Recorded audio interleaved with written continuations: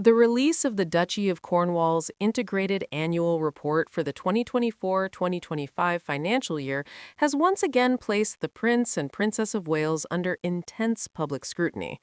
The headlines have been dominated by the staggering figure of £22.9 million, approximately $30.9 million, in income attributed to them.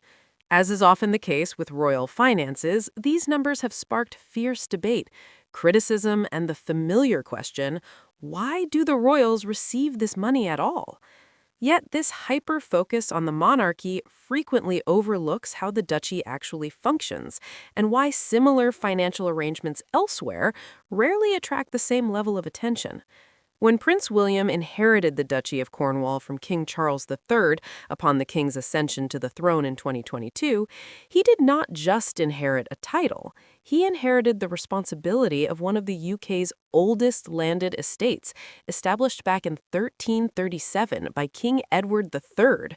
Crucially, the duchy exists to provide an independent income for the monarch's eldest son.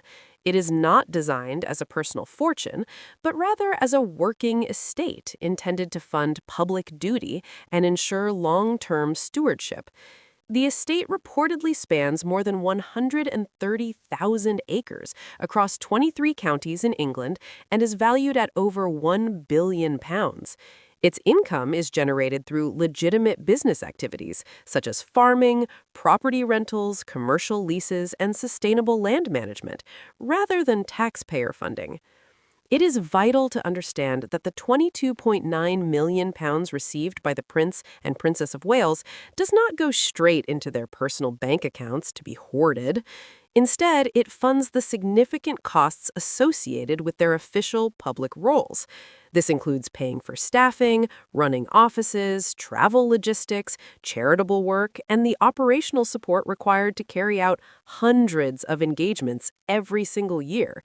It also reportedly covers the private expenses linked to raising their 3 children, Prince George, Princess Charlotte, and Prince Louis, allowing them to do so without drawing on public funds for their private lives. Ultimately, they represent a family that owns land, and, logically, how they utilize their private revenue is a matter of property rights. We know that a significant portion of these funds supports charitable and patronage rules, which begs the question as to why this has become such a sensationalized news story. Beyond the headlines, a substantial portion of the duchy's income is reinvested into the estate before it ever reaches the Prince of Wales. Funds are allocated to maintaining and improving the land, supporting tenant farmers and rural businesses, investing in sustainable agriculture, providing grants to local initiatives, and funding schools, conservation, and heritage projects. In other words, the duchy functions more like a long-term investment trust than a personal income stream. Critics often argue that the duchy's income should be redirected entirely to communities or the state. However, this argument misunderstands the economic viability of the estate. The duchy can only support communities because it reinvests in the land that generates the income in the first place. Removing that reinvestment mechanism would undermine farms, rural employment, and conservation efforts, eventually collapsing the very revenue stream people suggest redistributing. The duchy already benefits communities directly, not through short-term cash handouts, but through sustained infrastructure support that keeps farms operational, protects local jobs, and preserves green spaces. Some online commentators have suggested turning the estate into a charity. However, placing the duchy into a charity structure would likely shift the financial responsibility back onto the public, meaning the estate would struggle to generate the capital needed to support farmers and agricultural innovation. What makes this debate distinctive is not the financial model itself, but who sits at its center. Governments, local authorities, and private landowners all generate income from land. The government itself generates revenue from state-owned land, and independent estates generate profit for their owners. Yet, these arrangements rarely prompt the same level of outrage.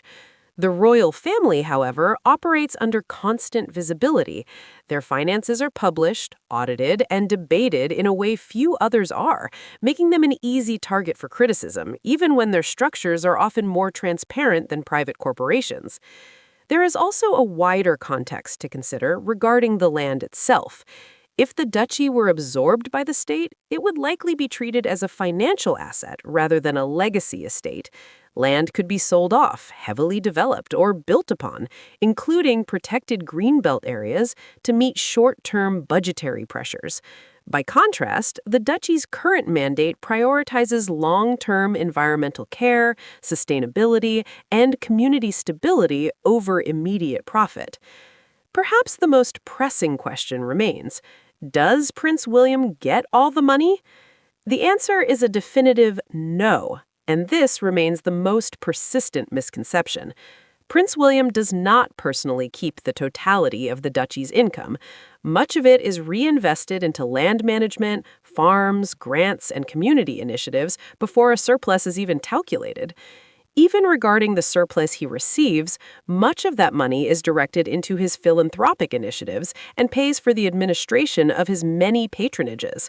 He does not simply pocket the cash for personal enrichment.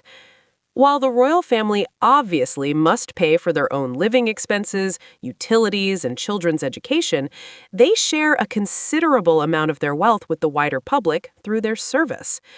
In the end, what the prince receives is funding to support the work he carries out in his role, not a salary for doing nothing.